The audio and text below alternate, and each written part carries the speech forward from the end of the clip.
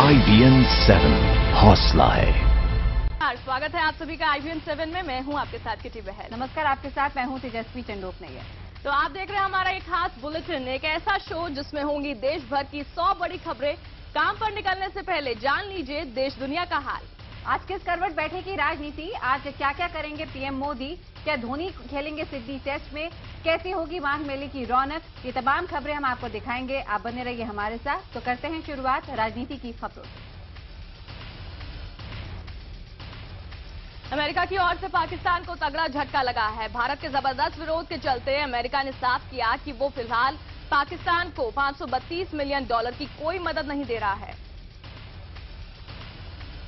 एक सवाल के जवाब में अमेरिकी विदेश मंत्रालय ने इस बात की भी पुष्टि नहीं की कि विदेश मंत्री कैरी वाइब्रेंट गुजरात समिट के बाद पाकिस्तान जाएंगे या नहीं। मंत्रालय ने कहा कि फिलहाल ऐसी कोई जानकारी उनके पास नहीं है। एक दिन खामोश रहने के बाद पाकिस्तानी रेंजर्स की नापाक बंदूकें फिर गरजने लगी हैं। इस फायरिंग में सांबा में बीएसएफ के एक जवान के शहीद होने की भी खबर है। कठुआ और सांबा सेक्टर में सोमवार दोपहर से बीएसएफ की 20 चौकियों पर अंधाधुंध फायरिंग होती रही। पाकिस्तान की ओर से हो रही फायरिंग में शहीद हुए जवान का नाम है देवेंद्र सिंह और वो आगरा का रहने वाला है। इस तरह अब तक पाकिस्तानी फायरिंग में भारत के 4 जवान शहीद हो गए हैं। पाकिस्तान की ओर से हो रही फायरिंग की वजह से अब तक 3,500 से ज्यादा लोगों को घर बार छोड़ना पड़ा है। बीएसएफ ने इस फायरिंग का माकूल जवाब दिया। बीती रात भी हीरानगर में बीएसएफ की 4 चौकियों पर गोलीबारी की गई। सूत्रों के मुताबिक रात के अंधेरे में आतंकियों को घुसपैठ कराने के लिए पाकिस्तानी सेना ने कवर फायर किया। कठुआ, हीरानगर और सांबा में 200 घरों को नुकसान हुआ है। एक महिला की मौत हुई है, कई मवेशी मारे गए हैं। सरकार और प्रशासन ने एहतियातन गांव में एम्बुलेंस और डॉक्टरों की तैनाती कर दी है। खुफिया सूत्रों के मुताबिक आतंक का आका हाफिज सईद 26 जनवरी को भारत पर बड़े हमले की तैयारी कर रहा है। सूत्रों का कहना है कि यहां पे हाफिज सईद अमेरिकी राष्ट्रपति बराक ओबामा के दौरे के वक्त कोई बड़ी गड़बड़ी कर सकता है।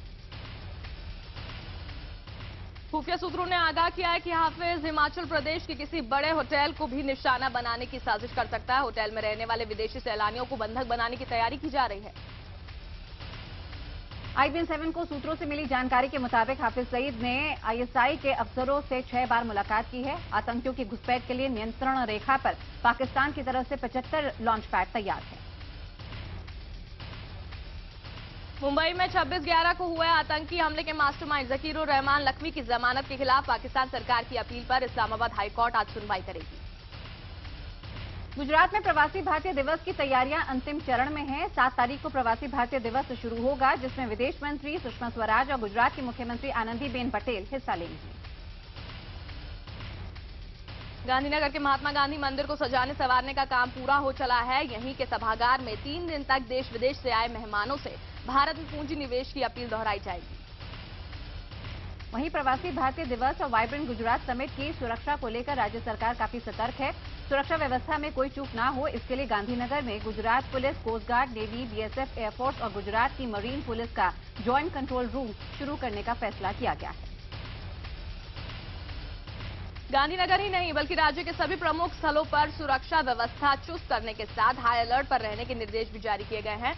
पोरबंदर की घटना के बाद अब ड्रोन के जरिए नजर रखने का फैसला किया गया है। 8 तारीख की सुबह प्रधानमंत्री मोदी महात्मा गांधी प्रदर्शनी का भी उद्घाटन करेंगे और उनके भाषण से प्रवासी भारतीय दिवस की औपचारिक शुरुआत होगी।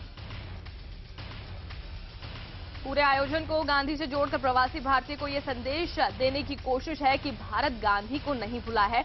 ये मौका खास है क्योंकि महात्मा गांधी को दक्षिण अफ्रीका से भारत लौटे पूरे 100 साल हो रहे हैं।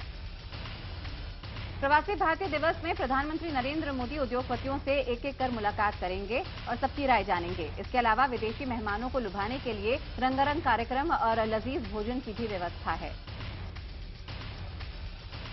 अमेरिकी राष्ट्रपति बराक ओबामा 26 जनवरी को भारत आ रहे हैं। उनकी यात्रा की तैयारियों के सिलसिले में वहां के विदेश मंत्री जॉन कैरी इसी हफ्ते भारत आएंगे। कैरी गुजरात प्रवासी भारतीय दिवस समारोह और वाइब्रेंट गुजरात समिट में भी हिस्सा लेंगे। प्रधानमंत्री नरेंद्र मोदी चाहते हैं कि अगले महीने पेश होने वाले आम बजट में लोगों के फायदेमंद सुझाव शामिल किए जाएं। अपने मंत्रिमंडल के सहयोगियों से मुलाकात में पीएम मोदी ने ये बात खास तौर पर रखी। नए साल के मौके पर आयोजित इस मुलाकात में सरकार के एजेंडे और इंटरनेट के जरिए जनता और सरकार के बीच की खाई को पाटने पर खास जोर दिया गया। पीएम ने जोर देकर कहा कि सरकारी अनुदान को आखिरी महीने में जल्दबाजी में खर्च करने के बजाय हिसाब से साल भर खर्च किया जाना चाहिए। पूर्वोत्तर राज्यों को सरकार की प्राथमिकता की भी उन्होंने बात कही।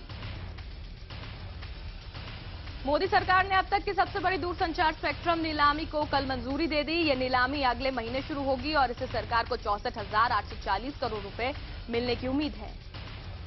सरकार को पिछले साल फरवरी में हुई नीलामी से लगभग 62,162 करोड़ रुपए मिले थे। टेलीकॉम विभाग के मुताबिक नीलामी 23 फरवरी को शुरू होगी। कैबिनेट ने कच्चा लोहा और दूसरे खनिजों की नीलामी के लिए एक अध्यादेश को मंजूरी दे दी है। इससे खनिज व खनन विकास अधिनियम यानी एमएमडीए में संशोधन प्रस्ताव को मंजूरी मिल गई है। इससे पहले सरकार ने कोयला, बीमा और भूमि अधिग्रहण कानूनों में सुधार के लिए अध्यादेश का रास्ता अपनाया है। वहीं federation of Indian mineral industry सरकार के इस फैसले से नाखुश है। योजना आयोग की जगह बनाए गए नीति आयोग के उपाध्यक्ष और दूसरे सदस्यों का ऐलान हो चुका है। अर्थशास्त्री अरविंद पनगड़िया को नीति आयोग का वाइस चेयरमैन बनाया गया है। इनके अलावा अर्थशास्त्री विवेक देबरॉय और पूर्व रक्षा सचिव वीके सारस्वत को फुल टाइम मेंबर नियुक्त किया गया है। केंद्रीय गृह मंत्री राजनाथ सिंह, वित्त मंत्री अरुण जेटली, रेल मंत्री सुरेश प्रभु और कृषि मंत्री राधा मोहन नीति आयोग के पदेन सदस्य होंगे। इसके साथ ही नितिन गडकरी, थावरचंद गहलोत और स्मृति ईरानी विशेष सदस्य बनाए गए हैं। बिहार के मुख्यमंत्री जीतन राम मांझी ने एक बार फिर से विवादित बयान दे डाला है। मांझी के मुताबिक नक्सलियों का ठेकेदारों से वसूली करना जायज है। उन्होंने कहा कि ठेकेदार भ्रष्टाचार करते हैं और राज्य को लूट रहे हैं।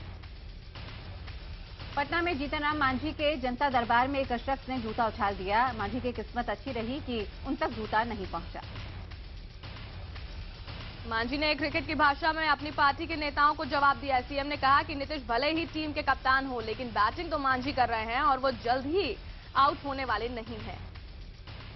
गुजरात में कांग्रेस नेता पर एक महिला ने झांसा देने का आरोप लगाया है। गुजरात के अमरेली में एक महिला ने ये दावा किया है कि वो कांग्रेस नेता नारायण राठवा की दूसरी पत्नी है और नारायण राठवा से उनके 2 बेटे हैं। महिला ने अमरेली कोर्ट में अपने और अपने बच्चों के रखरखाव के लिए नारायण राठवा से 3.5 लाख के करीब हर महीने गुजारा भत्ता मांगा है। वहीं नारायण राठवा के मुताबिक उन्हें बदनाम करने की साजिश रची गई है। नारायण राठवा ने महिला पर 100 करोड़ का दावा ठोका है। महिला के मुताबिक उसकी मुलाकात नारायण राठवा से 1993 में हुई थी। महिला अपने पहले पति के तबादले के सिलसिले में गांधीनगर के सर्किट हाउस में पहली बार राठवा से मिली थी। महिला के मुताबिक पति के तबादले की मजबूरी का फायदा राठवा ने उठाया और उसके साथ संबंध बनाने का दबाव डाला। छत्तीसगढ़ में नगरीय निकाय चुनाव के नतीजों से सत्ताधारी बीजेपी को तगड़ा झटका लगा है और 11 साल बाद कांग्रेस को बढ़त मिली है। छत्तीसगढ़ के 10 नगर निगमों में से बीजेपी सिर्फ 4 में अपना महापौर बना पाई है। पहले यह आंकड़ा 6 था। महाराष्ट्र के मुख्यमंत्री देवेंद्र फडणवीस पर ट्रैफिक नियमों के उल्लंघन का आरोप लगा है। दरअसल ठाणे पुलिस ने सोमवार को सड़क सुरक्षा सप्ताह कार्यक्रम का आयोजन किया था। इस कार्यक्रम में शिरकत करने पहुंचे फडणवीस ने गाड़ी में सीट बेल्ट नहीं पहनी थी। लखनऊ में बीते 2 दिनों से मौसम में हुए सुधार को देखते हुए प्रशासन ने स्कूल खोलने की इजाजत दे दी है, मगर शीतलहर को देखते हुए स्कूलों को पर्याप्त इंतजाम करने को भी कहा गया है। आज से सभी स्कूल सुबह 10 बजे से दोपहर 2 बजे तक खुले रहेंगे। कड़ाके की ठंड के मद्देनजर जयपुर के सरकारी और गैर सरकारी स्कूलों में 5वीं क्लास तक छुट्टी घोषित कर दी गई है। 6ठी और 12वीं तक के जो क्लासें हैं वो सुबह 9 बजे के बाद खोलने के आदेश जारी कर दिए गए हैं। दिल्ली के बहादुरगढ़ में कार में मिले 4 शवों के मामले में पुलिस ने एक और आरोपी को गिरफ्तार कर लिया है। पुलिस के मुताबिक आरोपी राजेश रविंद्र गिरोह के लिए काम करता था और रविंद्र के साथ मिलकर 31 दिसंबर की रात उसने नवीन गैंग के 4 लोगों की हत्या कर दी थी। इसके बाद शवों को कार में रखकर आग लगा दी गई। पुलिस के मुताबिक इस मामले में रविंदर और उसकी मां सहित 3 लोगों को बहादुरगढ़ पुलिस रविवार को ही गिरफ्तार कर चुकी है। रविंदर की मां को इस पूरी साजिश के बारे में पता था और उसकी मौजूदगी में ही हत्या की योजना बनाई गई थी। पुलिस को इस मामले में अभी भी 12 लोगों की तलाश है। लखनऊ की सबसे पॉश कॉलोनी गोमती नगर के विशाल खंड में पुलिस ने छापा मारकर एक हाई प्रोफाइल सेक्स रैकेट का खुलासा किया है। मौके से 3 कॉल गर्ल्स के साथ 4 ग्राहकों को भी अरेस्ट किया गया है। सोमवार देर रात पुलिस ने गुपचुप तरीके से चल रहे सूर्य पैलेस होटल पर छापा मारा और पॉर्न वेबसाइट के जरिए दिल्ली गाजियाबाद से लाई गई कॉल गर्ल्स को उनके ग्राहकों के साथ पकड़ा। इन कॉल गर्ल्स की बुकिंग वेबसाइट के जरिए की जाती थी। पुलिस के मुताबिक कॉल गर्ल्स के फ्लाइट से आने जाने का खर्चा भी कस्टमर ही उठाते थे। मौके से पुलिस ने फॉर्च्यूनर जैसी लग्जरी गाड़ी भी बरामद की है। वहीं ग्राहकों में IMRT कॉलेज का प्रोफेसर तक शामिल है। झारखंड के रामगढ़ में गणपति पैलेस होटल पर छापा मारकर पुलिस ने देह व्यापार के धंधे का खुलासा किया। पुलिस ने होटल से 3 लड़के और 3 लड़कियों को गिरफ्तार किया। बदायूं में गैंगरेप के आरोपी एक सिपाही को बरेली में गिरफ्तार कर लिया गया है। अवनीश यादव नाम के सिपाही को बरेली और बदायूं की पुलिस ने उस समय गिरफ्तार कर लिया जब वो कहीं भागने के लिए ट्रेन पकड़ने जा रहा था। हत्या के मामले में दोषी चरखारी से समाजवादी पार्टी विधायक कप्तान सिंह को उम्र कैद की सजा सुनाई गई है। साल 2002 में कप्तान सिंह समेत 9 लोगों के खिलाफ हत्या का मुकदमा दर्ज किया गया था। बुलंदशहर के आबकारी विभाग ने हिमाचल प्रदेश से बदायूं ले जाई जा रही एक ट्रक से अंग्रेजी शराब का जखीरा बरामद किया है। 55 लाख रुपए कीमत की यह शराब नकली है और जहरीली भी हो सकती है। शंकराचार्य पहले से फिल्म पीके का विरोध कर रहे हैं। आमिर खान की फिल्म पीके हर रोज कमाई के नए आंकड़े छू रही है। रिलीज के 3 सप्ताह के भीतर उसने देश में 300 करोड़ रुपए की कमाई का आंकड़ा पार कर लिया। गुड़गांव में लोग अपने पालतू जानवरों के लिए भी फेसबुक अकाउंट बना रहे हैं। शहर में फेसबुक पर करीब 100 से भी ज्यादा पेट्स अकाउंट बन चुके हैं। लोग इस अकाउंट पर अपने पेट्स की जानकारी और फोटो अपलोड करते रहते हैं। ब्रेक के बाद आप सभी का एक बार फिर से स्वागत है। सारा देश 100 खबरों में आगे बढ़ते हैं। डेविड वार्नर और क्रिस रोजर्स की शानदार बल्लेबाजी के दम पर ऑस्ट्रेलिया ने सिडनी टेस्ट में शानदार शुरुआत की है। टॉस जीतकर पहले बल्लेबाजी करते हुए ऑस्ट्रेलिया ने बिना किसी विकेट के नुकसान पर 172 रन बना लिए हैं। सिडनी टेस्ट में भारतीय टीम में 4 बदलाव किए गए हैं। शिखर धवन, चेतेश्वर पुजारा और ईशांत शर्मा की जगह रोहित शर्मा, सुरेश रैना और भुवनेश्वर कुमार को मौका दिया गया है। आज के दिन टीम इंडिया के कई खिलाड़ियों के लिए उनके करियर के लिहाज से बेहद अहम साबित हो सकता है। भारतीय चयनकर्ता मुंबई में दोपहर को वर्ल्ड कप के लिए 15 खिलाड़ियों के नाम की घोषणा करेंगे। वर्ल्ड कप के लिए चुनी जा रही टीम में बल्लेबाजों में कप्तान महेंद्र सिंह धोनी, उपकप्तान विराट कोहली, रोहित शर्मा, शिखर धवन, अजिंक्य रहाणे, सुरेश रैना और अंबाती रायडू पक्के लग रहे हैं। जबकि तमिलनाडु के मुरली विजय को भी 15 में जगह मिलने की संभावना जताई जा रही है। ऑलराउंडर के रूप में अगर रविंद्र जडेजा फिट रहते हैं तो उनके साथ अक्षर पटेल को मौका मिल सकता है। जबकि तीसरे ऑलराउंडर के रूप में स्टुअर्ट बिन्नी भी 15 में शामिल हो सकते हैं। स्पिन डिपार्टमेंट में आर अश्विन और करण शर्मा के नाम भी तय लग रहे हैं। वो तेज गेंदबाजों में ईशांत शर्मा और भुवनेश्वर कुमार का चुना जाना भी निश्चित है। अब तक बचे हुए 4 स्थानों के लिए ही चयनकर्ता को असली फैसला करना है। तीसरे स्पिनर के तौर पर रविंद्र जडेजा अगर अनफिट रहे तो फिर अक्षर पटेल को मौका मिल सकता है। वहीं पर अभी दोपहर तक का इंतजार है कि फाइनल 15 में कौन होगा।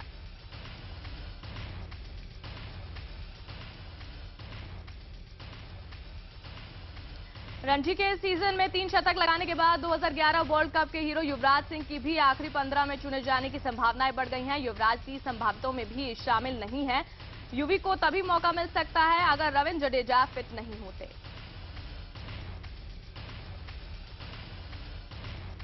आज ही ऑस्ट्रेलिया में वर्ल्ड कप से पहले होने वाली ट्रायंगुलर सीरीज के लिए भी टीम का चुनाव होगा। सूत्रों का कहना है कि धोनी समेत दूसरे सीनियर खिलाड़ियों को सीरीज के शुरुआती 1-2 मैचों के लिए आराम दिया जा सकता है। लेकिन सभी की निगाहें इस बात पर टिकी हैं कि युवराज सिंह भला वर्ल्ड कप में खेलते हैं या नहीं।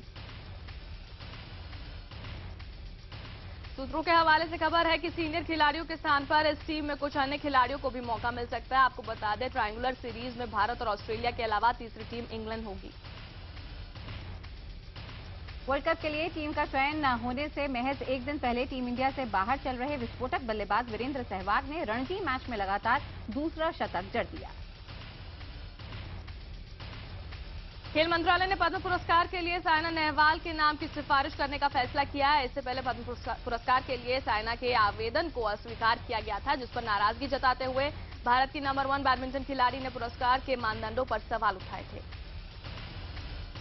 साइना नेहवाल ने खेल मंत्रालय के इस फैसले से खुशी जाहिर की है। हालांकि साइना नेहवाल इससे निराश हैं कि पद्म भूषण पुरस्कार के लिए उनका नामांकन खारिज करने के पीछे का कारण जानने की उनकी कवायद बड़े विवाद में बदल गई। सायना के मुताबिक उन्होंने कभी प्रतिष्ठित पुरस्कार की मांग नहीं की और खेल मंत्रालय के फैसले का सम्मान करती हैं।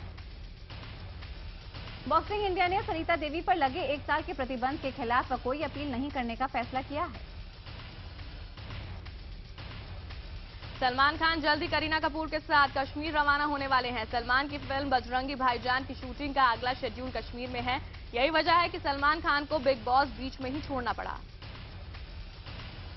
आलिया भट्ट इस साल सिर्फ एक ही फिल्म में दिखाई देंगी। इम्तियाज अली की फिल्म तमाशा में आलिया का अहम रोल होगा। शाहिद कपूर अपनी अगली फिल्म फर्जी के लिए वजन कम कर रहे हैं। शाहिद ने इसके लिए जिम भी जाना छोड़ दिया है। अभिनेत्री श्रीदेवी तकरीबन 20 साल के बाद तमिल फिल्मों में वापसी कर रही हैं। वो तमिल फिल्म कूली में एक अहम भूमिका में दिखाई देंगी। पाकिस्तानी सिंगर आतिफ असलम इस साल वरुण धवन की फिल्म बदलापुर से बॉलीवुड में एक बार फिर से वापसी कर रहे हैं। फिल्म में आतिफ का एक स्पेशल गाना होगा। जॉनी लीवर के हाल ही में अपने दोस्त अजय वाधवाकर की कैंसर से लड़ने में मदद की है। अजय के पास अपनी बीमारी से लड़ने के लिए पैसे नहीं थे। ऐसे में जॉनी लीवर ने उनकी बीमारी के सारे खर्चे का जिम्मा उठाया। टीवी अभिनेत्री श्वेता तिवारी एक बार फिर से टीवी पर अपनी पारी शुरू करने की तैयारी कर रही हैं। वो जल्द ही एक टीवी सीरीज में नए अवतार में नजर आएंगी। कपिल शर्मा का show comedy nights with Kapil अब हफ्ते में सिर्फ एक दिन प्रसारित होगा। दरअसल कपिल अपनी आने वाली फिल्म को लेकर काफी व्यस्त हैं। हॉलीवुड अभिनेता रिचर्ड गियर ने प्रधानमंत्री नरेंद्र मोदी से मुलाकात की। प्रधानमंत्री ने इस मुलाकात के बारे में ट्वीट किया। बॉलीवुड के जाने माने अभिनेता कमल हसन की बेटी और अभिनेत्री श्रुति हसन वर्ष 2015 में कुछ ज्यादा ही व्यस्त रहेंगी। इस साल उनकी 6 फिल्में आ रही हैं, जिनमें 4 हिंदी, 1 तमिल और 1 तेलुगु फिल्म है। मुंबई में बाल ठाकरे पर बनी फिल्म बालकदू का म्यूजिक लॉन्च किया गया। शिवसेना अध्यक्ष उद्धव ठाकरे ने ये म्यूजिक लॉन्च किया। आपको बता दें, फिल्म बनाई है शिवसेना सांसद संजय राउत ने। इस मौके पर कॉमेडियन राजू श्रीवास्तव ने लोगों को खूब हंसाया। रियलिटी शो बिग बॉस के सीजन 8 में चैलेंजर्स और चैंपियंस के बीच फिर से बवाल हुआ है। इस शो में लड़ाई झगड़े होने आम हो गए हैं, लेकिन शो में वाइल्ड कार्ड एंट्री करने वाली संभावना सेठ ने हद पार कर दी है। संभावना ने डिम्पी गांगुली के मुंह पर अपना सैंडल मार दिया। इसके बाद डिम्पी रोने लगी। बिग बॉस के घर में एजाज खान का भी झगड़ा हुआ। दरअसल टास्क के दौरान एजाज ने अली को पीछे से मारा, जिसके बाद घर वाले उन पर भड़क गए। बाद में एजाज खान को घर से बाहर कर दिया गया। सोनम कपूर की आने वाली फिल्म का नाम भले ही डॉली की डोली हो, मगर सोनम ने इस फिल्म में मोटरसाइकिल की सवारी और स्पोर्ट्स बाइक का खूब लुत्फ उठाया। सुरों की देवी लता मंगेशकर ने मशहूर संगीतकार आर.डी. बर्मन की 21वीं पुण्यतिथि पर उनके साथ अपने पुराने संबंधों को याद किया। और सारा देश 100 खबरों में फिलहाल इतना ही। बने रहिए ITN7 के साथ।